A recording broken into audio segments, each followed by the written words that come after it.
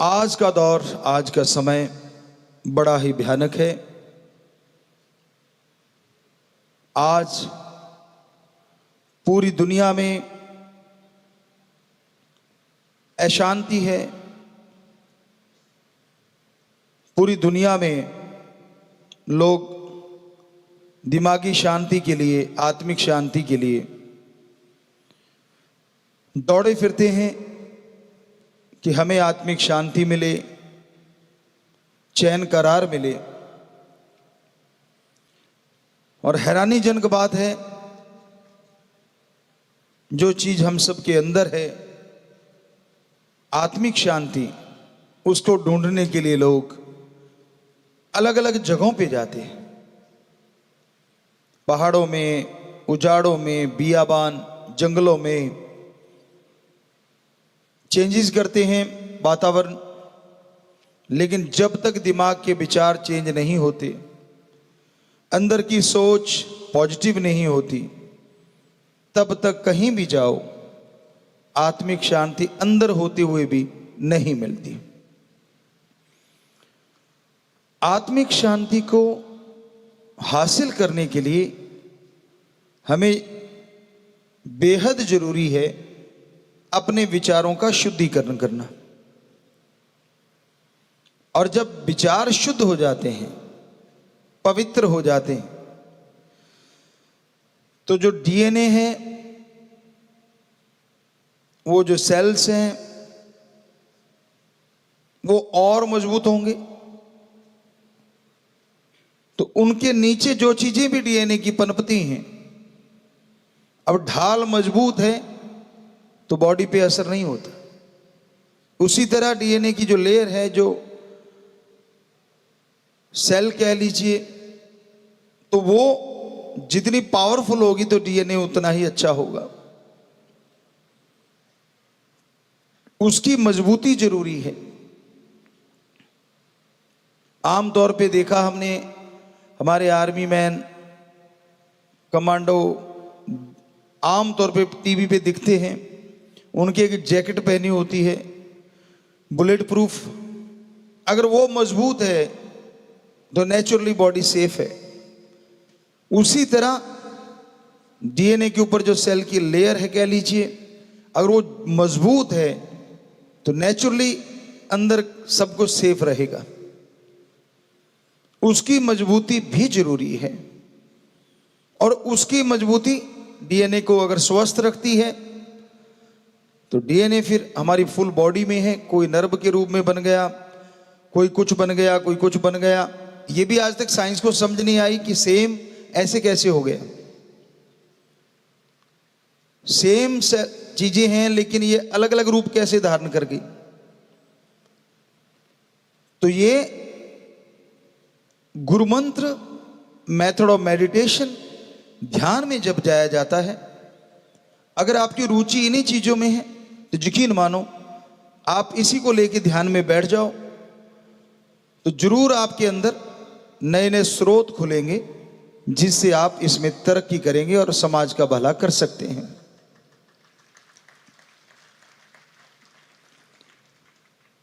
क्योंकि पॉजिटिविटी आज पूरी दुनिया के लिए बहुत बड़ी जरूरत है। नेगेटिविटी चारों तरफ, आदमी के दिमाग में, सोच में जब नेगेटिविटी चलती है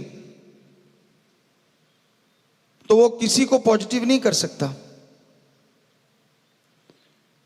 कहते हैं ना, जैसा खुद का तराजू होता है, सामने वालों को उसी में तोलता है। आदमी के खुद के विचार अगर भ्रष्ट हैं,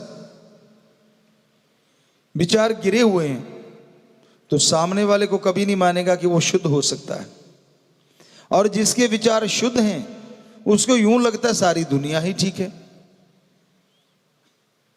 दुनिया ठीक हो ना हो, जिसके विचार शुद्ध हैं, सुमरन करता है, उसके अंदर एक असीम शांति आती है। और जो खुद शांत है, वो पूरे समाज, पूरे देश, पूरे वर्ल्ड के लिए एक नायाब तोहफा है।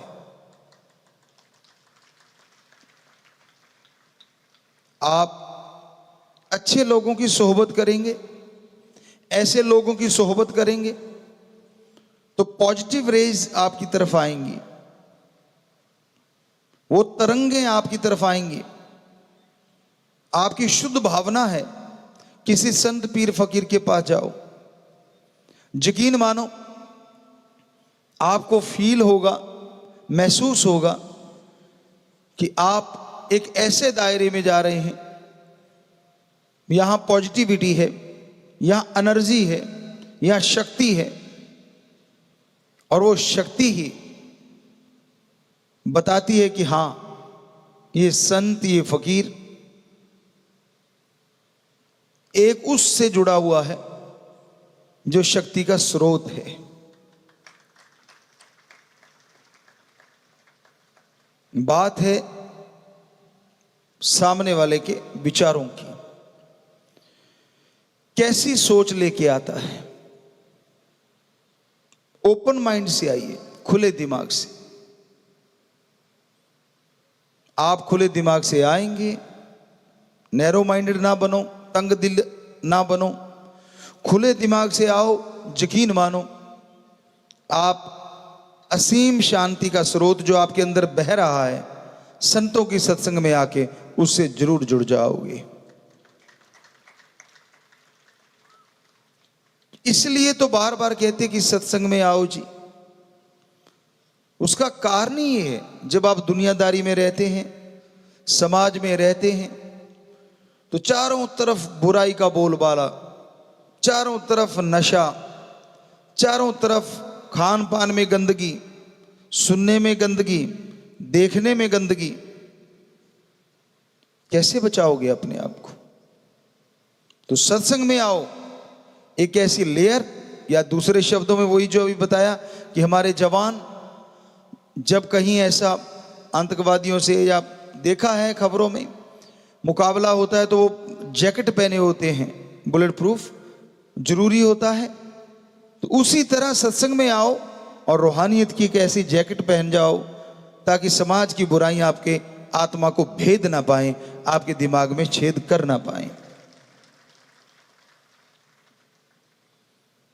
सत्संग में आने से आदमी के विचार शुद्ध होते हैं।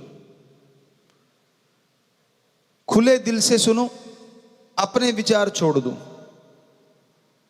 आप किन विचारों के स्वामी हैं वो तो संतों को पता चल ही जाता है। अहंकार त्याग के बैठो, कहीं भी जाओ, या संत महापुरुषों की, हमारे सभी धर्मों के महापुरुषों की पवित्र वाणी चल रही हो, या कोई संत बात कह रहे हो, ध्यान से सुनिए। आपको पता चल जाएगा कि कितनी एनर्जी होती है वहां, पॉजिटिव एनर्जी, कितना आनंद आता है। पर यह संभव तभी है ना जब आप सत्संग में आओगे और बैठोगे और ध्यान से सुनोगे। आपस में बातें ना करो। ये श्वास अनमोल बन रहे हैं आपके, फील करो उसको, महसूस करो। श्वास तो हम सारा समय ही लेते रहते हैं, इसके बिना तो गाड़ी चलती नहीं। लेकिन जब सत्संग में बैठते हो, वो श्वास महक जाते हैं, वो श्वास परम पिता परमात्मा के चरण कमलों में जाके टकराते हैं, और जब वापिस आते हैं तो आपकी आत्मा को शक्ति देते हैं। ये महसूस करने की बात है। जब आप एकाग्रचित होकर बैठोगे, जब आप बाकी के विचारों को छोड़ के बैठोगे, तभी तो कनेक्शन जुड़ेगा। अब वो प्लग में शू डालते हो, तारें डालते हो, आप जरा सी दूर रह जाए तो काम नहीं करती। अच्छे से लग जाए, प्लग इन हो जाए तो लाइट जलती है, इंस्ट्रूमेंट ये जितने भी बच्चे बजा रहे हैं ये चलते हैं। अगर लूज हो जाए तो कनेक्शन कट जाता है। उसी तरह जब सत्संग में बैठो, ओम परमपिता परमात्मा उस दाता के चरणों में ख्याल जमा के बैठो। आंखें खुली है तो क्या हो गया, ध्यान तो वहां लगाइए, सिक्स सेंस को कंट्रोल करके उसी में लगाइए, यानी एकाग्र चित्त होके सुनिए। तो यकीन मानो जब सत्संग से उठोगे अपने आप को फूलों की तरह हल्का महसूस करोगे। गम दुख चिंताएं हो सकता है सत्संग में ही छूट जाएं। और ये कोई छोटी बात नहीं होती। यहां जो बुजुर्ग बैठे उनसे पूछो, जिंदगी का तजुर्बा है जिनको ज्यादा, इसलिए कह रहे हैं। कितने मरहले कितने पल आए होंगे उनकी जिंदगी में, उनकी लाइफ में, जिसमें वो पता नहीं कितने बार मरे होंगे, कितने बार जिए होंगे, कितना स्ट्रगल किया है होगा। उनको मालूम है गम दुख दर्द चिंता टेंशन क्या होती है। या वो बच्चे जो ड्रग से जुड़ गए, नशे से जुड़ गए, हर सवेर उनके लिए एक दर्दनाक होती है। खास करके जो गरीब घर से हैं, मजबूर हो जाते हैं, नशे के गुलाम हो जाते हैं। माँ बाप दिहाड़ी मजदूरी करके लाते हैं, उतना ही पैसा होता है या खुद भी करता है कुछ, तो उतना ही खान पान घर में आ सके। अब उसमें से नशे के लिए भी पैसा निकालना है, नहीं निकालते तो शरीर टूटता है, दर्द होता है। तो कितनी बेचैनी होती है उन बच्चों को, कितने तड़पते हैं बेचारे। ठीक है, गलती उनसे हो गई, जवानी की नादानी, या कह लीजिए बचपन की भोलापन उन पे हावी हो गया, यार दोस्तों की सोहबत बुरी मिल गई, संग बुरा मिल गया और वो नशे में पड़ गए।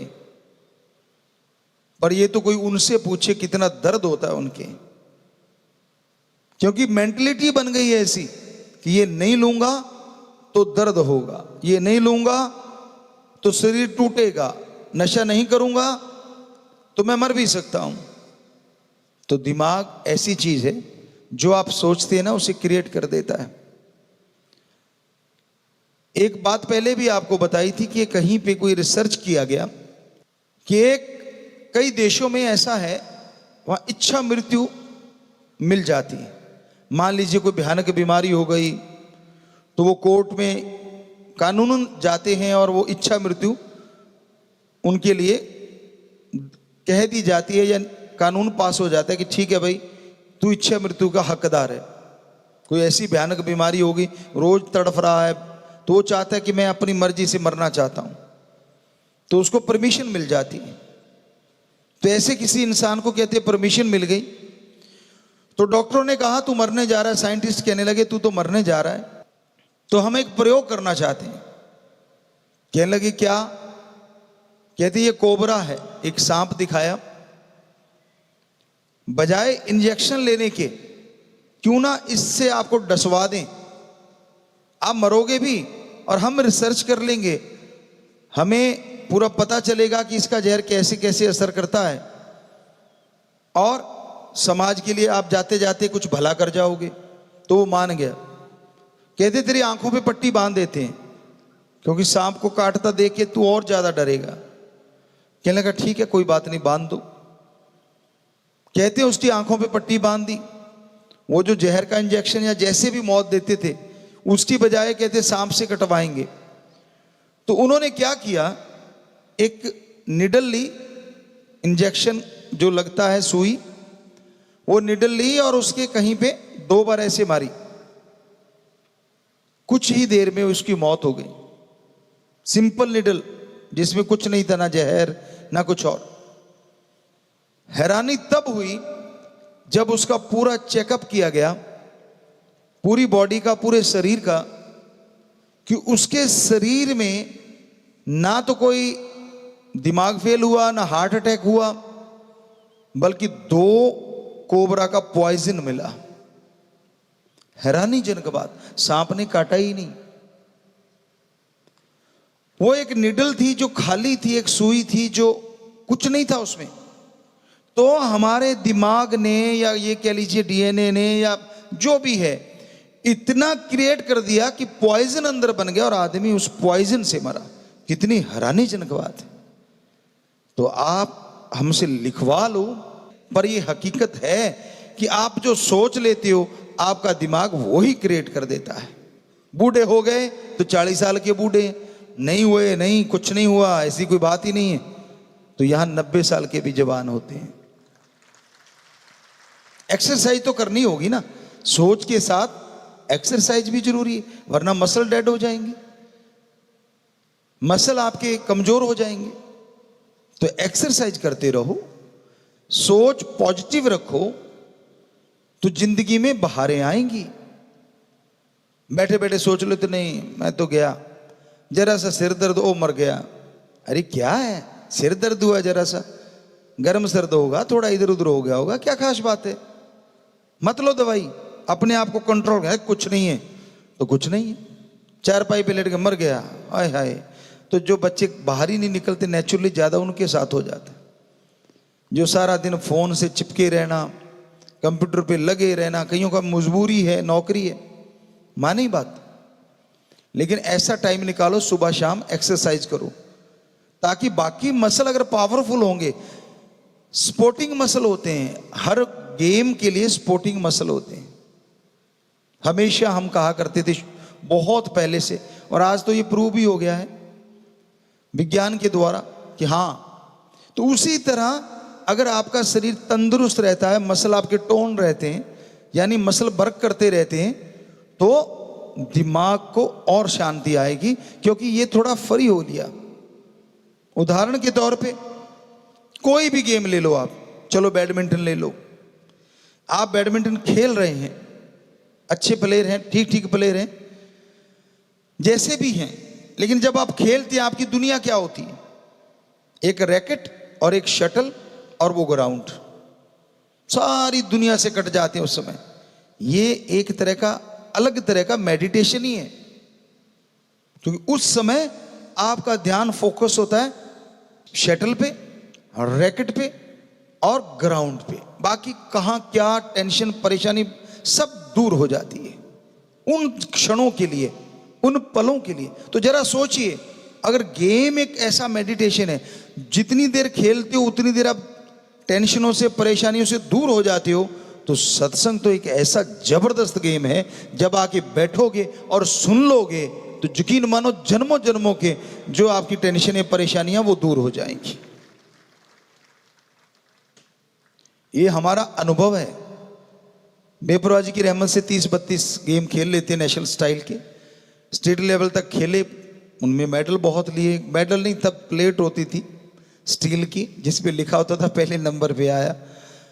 तो पुराने टाइम के 78, या हम बहुत छोटे से थे 11-12 साल के, तो उस समय की बातें हैं, ये 80 की होंगी। टूर्नामेंट हुआ था स्टेट लेवल का, तो उसमें थकावट नाम की चीज तो हमने सरसा में आके सुनी, या कई सज्जनों ने कहा मैं तो थक गया। वहां हम जानते नहीं थे, शायद अच्छे प्लेयर थे तो सारे साथी भी ऐसे ही प्लेयर थे। तब पता चला कि थकावट नाम की भी कोई बला होती, वहां जानते ही नहीं थे थकावट होती क्या चीज है। क्योंकि जो गेम की हम बात कर रहे हैं वो जो स्टेट लेवल के हुए थे, तो हमारे जो पीटीआई सज्जन थे वो हमें हर गेम में धकेल दे, चल तू इधर भी चल, इधर भी चल, इधर भी चल। कहते तेरे को क्या होता है, तो सारा दिन ही खेलते रहते। अभी हाई जंप करके हटे, फिर लॉन्ग जंप आ गया, 100 मीटर करके हटे, फिर 200 मीटर आ गया, फिर 400 मीटर आ गया, कि चल चल चल कुछ नहीं होता, कुछ नहीं होता। और हर किसी में आगे बेपरवाह जी की रहमत से, उनकी कृपा दृष्टि से। अब इधर ये इवेंट हो गया, अभी कच्चे में ही है, कच्चे बनैन में, और वहां कौन से ट्रैक सूट होते थे। तो कहते नहीं नहीं नहीं, वो जेवलिन फेंक रहे, चल उधर चल। अब गेम सारे खेले होते थे पहले, वो जेवलिन पकड़ी, उसको फेंका, ये पहले में पार हो गया काम, चल चल चल उधर, वो डिस्कस चल रहा है, वो डिस्कस थ्रो कर दिया। तो मतलब कहने का शॉर्ट पुट कर दिया। तो साथ साथ गेम होते थे, तो फटाफट एक पहले वाले में ही काम हो जाता था बेपरवाह जी की रहमत से। वो कहता मैं आवाज दे दूंगा, पीटी कहता कोई और आगे निकल गया ना तो तीसरा फेंक लेना, दूसरा फेंक लेना, 2-3 होते थे। तो इस तरह से वो कहने का हमारा मतलब, हम कोई बड़ाई अपनी नहीं कर रहे, और राम जी की कर रहे हैं, हमारे शाश्वत नाम जी की कर रहे हैं, जिन्होंने ये शरीर बनाया। तो बनाया तो आप सबका भी उस परम पिता परमात्मा ने है, लेकिन आपने तो अपना एक अलग तरह का बना रखा है।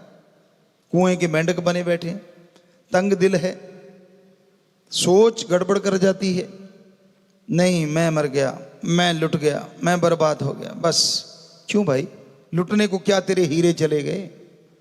कुछ नहीं गया, जरा सी तकलीफ, जरा सा कुछ हुआ, इस शरीर को मजबूत इतना कर लो कि वो तकलीफ आने से भी डरे मैं किसके पास आ गई, इसको तो कोई असर ही नहीं हो रहा। तो ये दिमाग का खेल है। जिंदगी यहां से और ये डीएनए से, सत्संग में आने से डीएनए पावरफुल होता है, क्योंकि पॉजिटिविटी जब आती है ना तो जितने भी सेल्स हैं वो हमारे मजबूत होते हैं और उनके नीचे पनपने वाली सारी चीजें स्ट्रांग होती चली जाती हैं। तो इसलिए हम बार बार कहते रहते हैं सत्संग सुना करो। अब आप आए होंगे, पता नहीं घरों से कितनी परेशानी या कोई मुश्किलें, हालांकि हमारे सत्संगी बच्चे जो सुमरण करते और बचनों के पक्के और दृढ़ यकीन है, बहुत कम रह गई होंगी ये मुश्किलें परेशानियां, नाम मात्र, वो भी सुमरण ना करने की वजह से, बचनों पे पूरा अमल ना करने की वजह से। वचन को बचनों की तरह मानो। एक बच्चे की बात आपको सुनाते हैं। हमारे पास वकील सज्जन आए और कहने लगे जी, बाहर विदेशों में था वो बच्चा, कि जी उसके कोई आंखों में कोई परेशानी आ गई, क्या किया जाए? वो भारत में भी आना चाहते हैं, यहां आ रहे हैं, तो क्या वहां दिखाएं? वहां के डॉक्टर कह रहे हैं ऑपरेशन होगा, ये होगा, वो होगा। तो क्या किया जाए गुरुजी? तो हमने कहा बेटा उनको बोलना इंडिया में आ रहे हैं तो फलां फलां डॉक्टर को दिखा लें, बस दिखा लें। तो वो बच्ची वहां से आई और इंडिया में आई तो पूछा उससे, वकील सज्जन से, क्या कहा है? कहते गुरुजी ने ये कहा है कि आप जाके फलां फलां डॉक्टर को दिखा लो। तो वो डॉक्टर साहबान भी सत्संगी, अब वो वहां गए, उनको दिखाया कि भाई कैसे क्या हुआ। उन्होंने पिछली सारी रिपोर्ट दिखाई, तो कहते भाई हाँ ये तो है जो हमें बताया उन्होंने। तो डॉक्टर साहबान कहने लगे फिर? कहते गुरुजी ने भजन, कहते क्या कहा है कि दिखा लो? तो कहते ठीक है मैं अपने तरीके से चेक कर लेता हूं, दिखाने का कहा है तो फिर देखता हूं दवाई को। कहते नहीं दवाई नहीं, दिखाने का कहा है। उन्होंने चेकअप किया तो मुस्कुराए, कहने लगे, जो भी उन्होंने बेटी या बहन कहा कि आपकी निगाह तो 6/6 है, ठीक है कुछ नहीं हुआ। अब आप बताइए वहां से अगर कोई चल के आता है, यहां से इलाज कराने लोग बाहर जा रहे हैं कि वहां बढ़िया इलाज है, इसका मतलब उन्होंने तो अपने तरीके से सही बताया होगा कि आंख का ऑपरेशन होना है, ये है वो है। वचन किया फकीर के, हमने तो कुछ सोच के नहीं आए होते वकील क्या कहेगा, तो बेपरवाह चीज जो कहलवा देते हैं, पर आके मानने वाला भी तो चाहिए। अगर 100% मान लेता है तो रिजल्ट 100% ही निकलता है। तो इसलिए हम कहते होते हैं ध्यान से सुना करो, बातें मत मारा करो। जब सत्संग में आके बैठती हो, दिमाग को बिल्कुल निरोल खाली करके बैठो। मतलब खाली तो नहीं होता, दिमाग चलता ही रहता है। खाली का मतलब एकाग्रचित होके बैठो। क्या पता वो परमपिता परमात्मा फकीर को कौन सा ख्याल दे दे जिससे एक वचन से पूरी जिंदगी आपकी बदल जाए। गुस्सा, अहंकार, किसी बात का बुरा ना मनाया करो। ये आप नहीं जानते किस बात से आपका कौन सा कर्म कट रहा है। कई बार कुछ चीजें बड़ी अजीब लगती हैं बंदे को, यार ये तो नहीं होना चाहिए था मेरे साथ, ऐसा क्यों हुआ? क्या पता ऐसा होने से आपका कोई कर्म कट गया हो, आने वाले फ्यूचर में आपके साथ कुछ गलत होने वाला हो, वो थोड़े से में ही आपका कट गया हो। आपका मन ने मरोड़ा दिया, आपको गुस्सा लगा, आपने बट खाया, उतने से काम चल गया। हो सकता है कहीं झगड़ा करके सिर पड़वा लेते। ये कुछ नहीं कहा सकता। रूहानियत सूफियत बहुत गहरी होती है। तो इसलिए सुनो और अमल करना सीखो। अपनी सियानफ, अपनी बड़ाई, अपना समझदारी काम धंधों में लगाओ, बहुत बढ़िया। घर परिवार की तरक्की के लिए लगाओ, बहुत बढ़िया। पढ़ने लिखने में लगाओ, बहुत बढ़िया। पर सूफियत रूहानियत में तो संत पीर फकीर की सुन के उस पे अमल करो, क्योंकि मन जो दिमाग को विचार देगा वो कहेगा यार नहीं तेरे लिए थोड़े ना वचन, मैं तो किसी और के लिए होंगे। नहीं, एक एक बात सुनो, मानो, यकीन मानो उसमें से बहुत सी बातें आपके लिए होंगी। सत्संग ही वो होता है, यहां हर बंदे के लिए कुछ ना कुछ मिलता है। अगर मिला ही नहीं तो फिर वो सत्संग नहीं।